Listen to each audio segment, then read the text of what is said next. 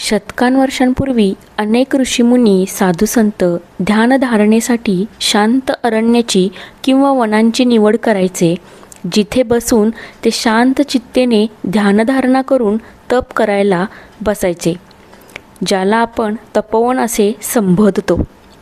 महाराष्ट्रातील नाशिक शहराला सुद्धा राम, सीता, लक्ष्मण यांच्या सहवासाने पावन झालेली भूमी प्राप्त आहे, ती म्हणजे तपोवन.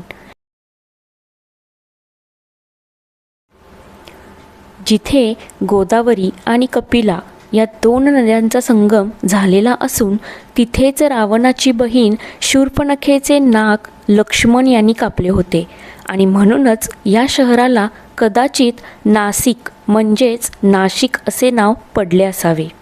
गर्द हिरवीगार झाडी, शांत वाहणारा गोदावरी कपिला नद्यांचा प्रवाह आणि शेजारीच असणाऱ्या रामसृष्टी उद्यानात दिमाखात उभी असणारी 70 फूट उंचीची श्री रामाची मूर्ती प्रत्येक भाविकाचे मन तृप्त आणि डोळे दिपून टाकणारी आहे. ज्या मूर्तीच्या मागे हिंदूचे प्रतीक म्हणून 108 फूट उंच भगवा धर्मध्वज राममय भूमीत डौलदार फडकत असतो.